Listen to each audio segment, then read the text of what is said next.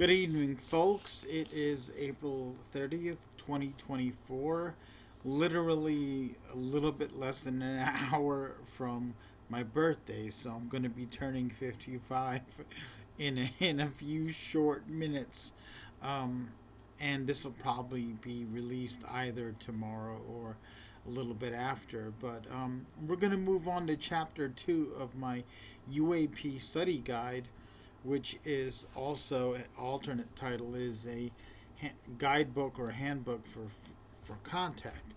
So, but it is geared more towards the person who was studying with the intent of learning more, but yet within the book, within the study, will be actionable items, usable information that you, the reader, can use. First of all, when you're done, you know, figuring out how to approach this stuff and taking the information that I can give you and the prompts that I would like to give you for where to look for more information, you'll also be able to communicate with people around you.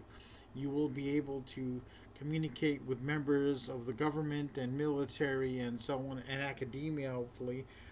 And on top of that, if we have hard disclosure or obvious global contact that it just cannot be denied and explained any other way, you also will have the beginnings of how to react and act in that situation. In other words, kind of like The Hitchhiker's Guide to the Galaxy, a popular comedy fiction from the 80s. Don't panic, all right? So, chapter 2, let's start chapter 2, part 1. I assume this might be a 2 or 3 part uh, presentation for you, okay? So, chapter 2 is called What Are They Not Doing? And I'm going to actually, in my notes that I have in my hand, make sure I put in that question mark. What are they not doing? This is as crucial as what we talked about in chapter 1, where we said, what are they doing? What are their actions?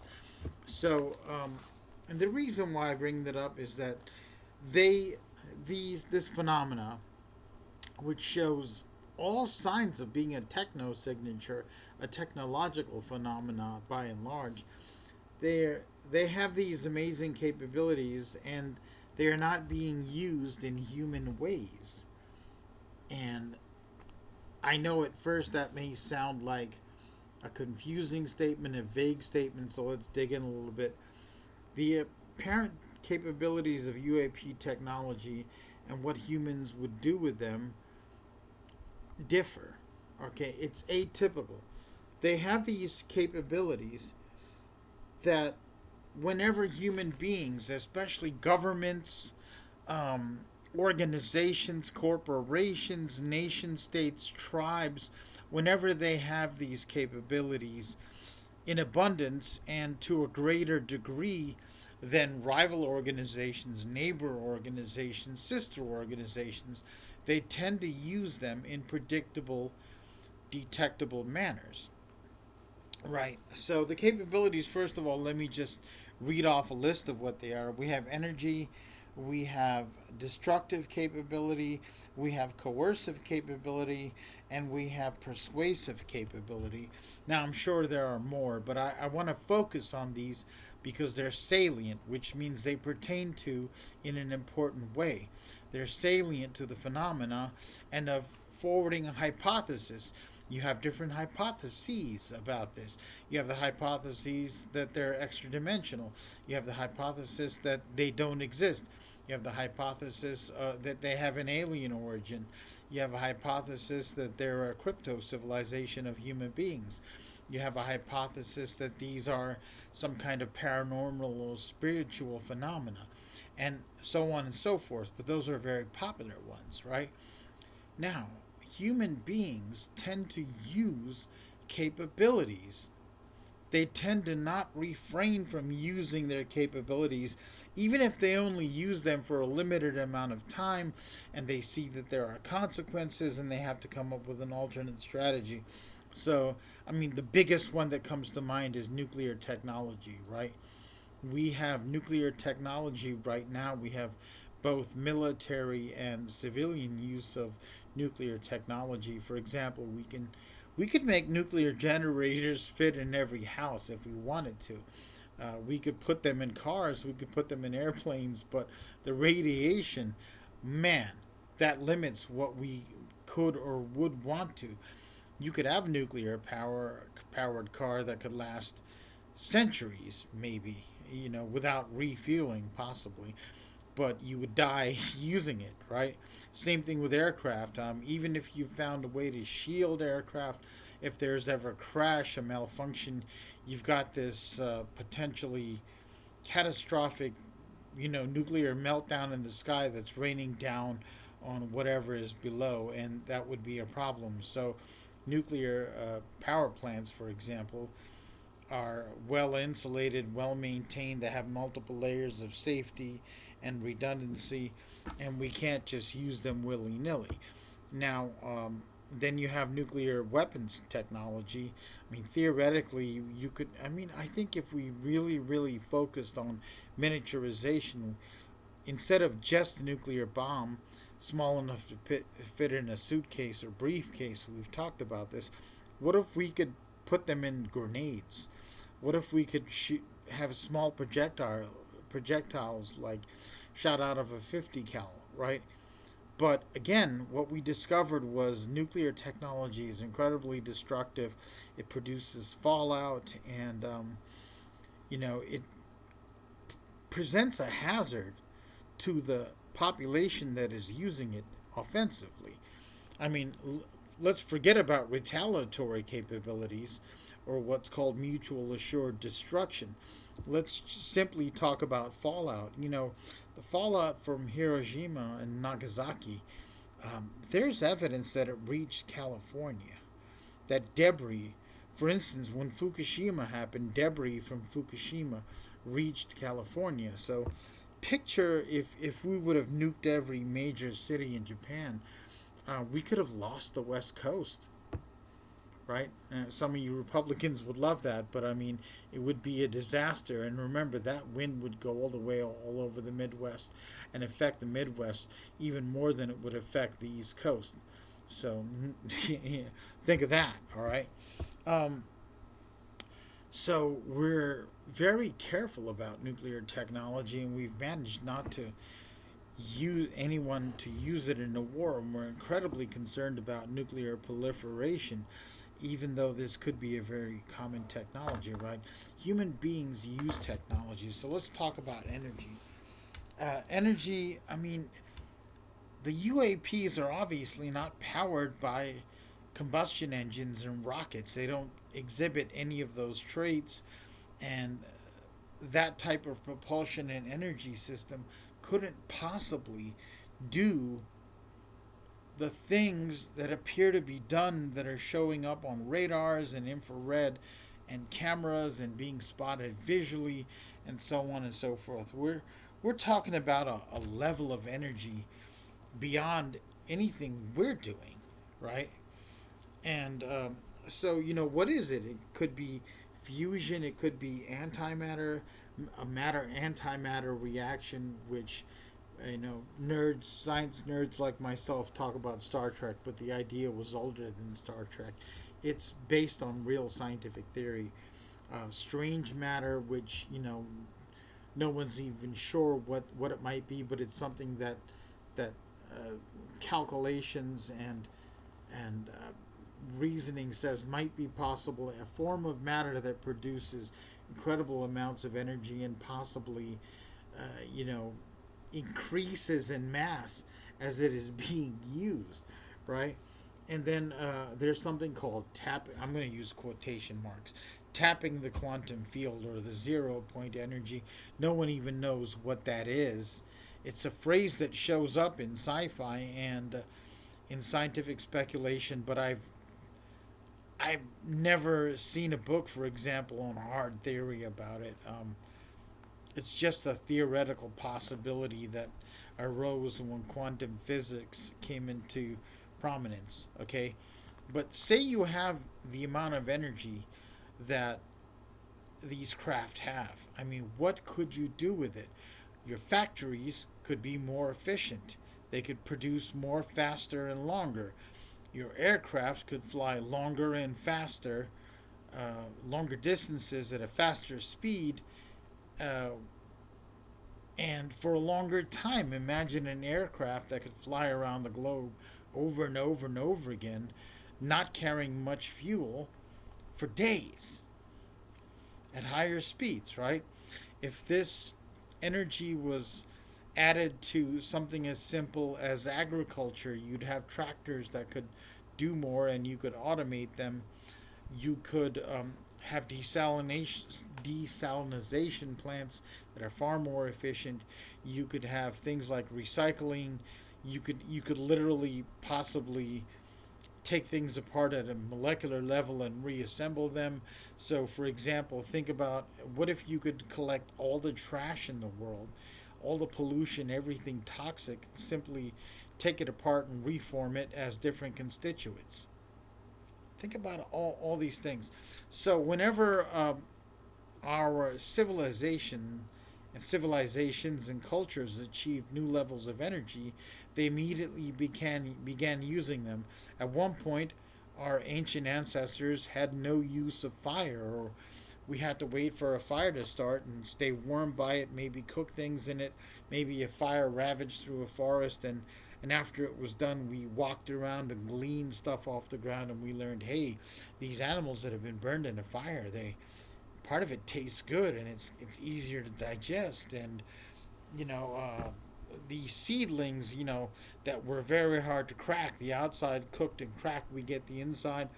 And then we learned how to make fires, and we learned how to use fire to harden things. We learned how to cook food, boil it, and through boiling we learned how to make different chemicals, and then later we learned how to use petrochemicals, gasoline, produce more efficient fires, and then later rocket fuel. And every time we did that, we began immediately using it. And a culture that had a greater level of energy than other cultures had a competitive advantage, even if they were not overtly competing, right?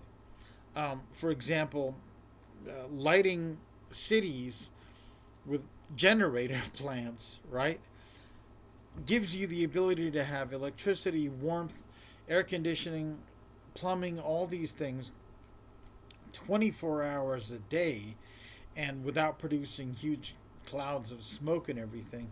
So think about that, right? If it was, if UAPs were coming from a foreign government, we would see that in their power grid. We would see that in their industry, their agriculture, in their manufacturing, even in their manufactured products. There are certain things that are very hard to make, and therefore they cost a lot of money. Like for example, we can make diamonds out of coal, but that requires a lot of pressure and energy. What if that energy was just available to the average household? You could just make a diamond, right?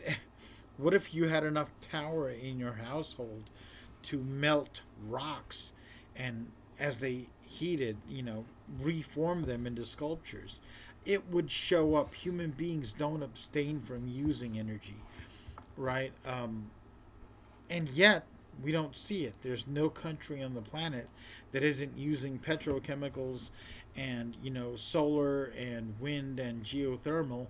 They're all using the standard sources um, at pretty much the same levels, if they have the same level of technology.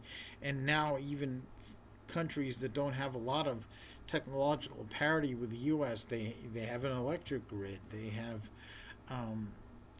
many of them have solar. They have airports and things. All of that takes energy, right? And there are places where people are still using muscle power, human labor, for a lot of tasks that could be automated. They simply don't have the energy to spare.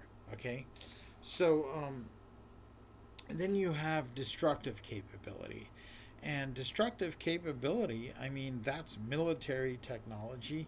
We have explosive powered projectiles. We have the very basic beginnings of directed energy weapons like a particle beam or a laser, but they're not ubiquitous. They require a lot of power. We do have the capacity to shoot down airplanes and things with lasers, but I mean, we're talking about a massive output of power for a short amount of time. We don't have, like, for example, we don't have a laser rifle that's as reliable and easy to use and economical as a basic assault rifle. Can you imagine if we did? Can you imagine if the average infantryman could carry around a rifle that has this incredible energy capacity and it shot a laser beam that had a greater range and accuracy than an M16 rifle or a sniper rifle, right? And could just keep on doing this, either a continuous beam or bursts for hours and hours, right? If you had a platoon of such soldiers, they could wipe out companies. I mean, they could engage tanks outside of the range of the tanks to see them. And if it was in daylight, they might not even see where the beams are coming from. And they're getting picked apart from long range. I mean, now the other thing is you could even apply this to conventional weapons. So, for example, if you had a power source other than gunpowder for bullets, you could have more bullets in your magazine, kind of like you do with a pellet rifle or a BB gun. You can just shove a bunch in there because you don't have to worry about propellant. It's using energy from whatever energy source you have in the rifle. And, you know, you could just apply this energy to like a 5.56 or 7.62 rifle round and propel it with twice as much power, giving you more range and destructive capability upon impact. Even that would give you a tremendous impact. We have like 105 and 155 millimeter, artillery projectiles filled with high explosive. Well, what if you took the same high explosive, propelled it 3 times as far from your cannon, from your artillery tube, and you didn't have to produce smoke and everything, right? You just used a whole other alternate power source. So even if you're facing an enemy with the same projectiles, you could wallop them from longer range. And if you found a way to, instead of use explosive to produce the concussion, if you used some form of this new power inside the warhead, maybe you have 3 to 10 times more explosive capability or concussive capability without that propellant. Like, I know we're getting a little bit further ahead of ourselves, but this could be applied to existing technology if you simply upgraded our fighter jets, aircraft carriers, and tanks, our rifles, our rocket launchers, and you just were able to use this energy, apply this mysterious or as of yet unknown energy. Our weapons systems will become much more incredibly efficient. And let me tell you something, we would be using them. The first nation to acquire this that didn't have it, if a neutral country like Sweden or Switzerland, or a country like Jamaica that doesn't have a great military tradition, or something like Thailand, or one of the smaller, less rich Middle Eastern countries like Yemen or somewhere in Africa, if they had this energy capacity and could apply it to all aspects of their military, they would become militaristic because there would be nothing that could stop them, right? And the temptation to use it would be greater and greater the more it permeated their military capacity. So, I mean, we are not talking about something inconsequential. We're talking about something that every time in human history it has showed up, it got used. When one group of people got a hold of bronze and they were able to make bronze armor and weapons and put it on their arrowheads and their spears, they began to use it and they began to dominate their enemies. Even if they didn't start a war, every time they were aggressed on, they so completely dominated their enemy that they, after it was over, it they almost had to take over those areas so that they wouldn't fall into chaos and be a threat again. So even the people that start off as relatively non-belligerent and never want to start a fight, when the inevitable conflicts of humankind occurred to them, when aggression was applied to them and they responded with this greater force, they wind up dominating those who attack them. And, it soon becomes a habit. It's happened in history, folks. So this is not a joke, and this is not being done, even though this level of energy and potential destructive capacity appears to exist. Now, that's part one of chapter two. I'm going to continue. We're going to continue to talk about the coercive and persuasive capabilities that would be a byproduct of this technology. All right, hope you like this, and let's keep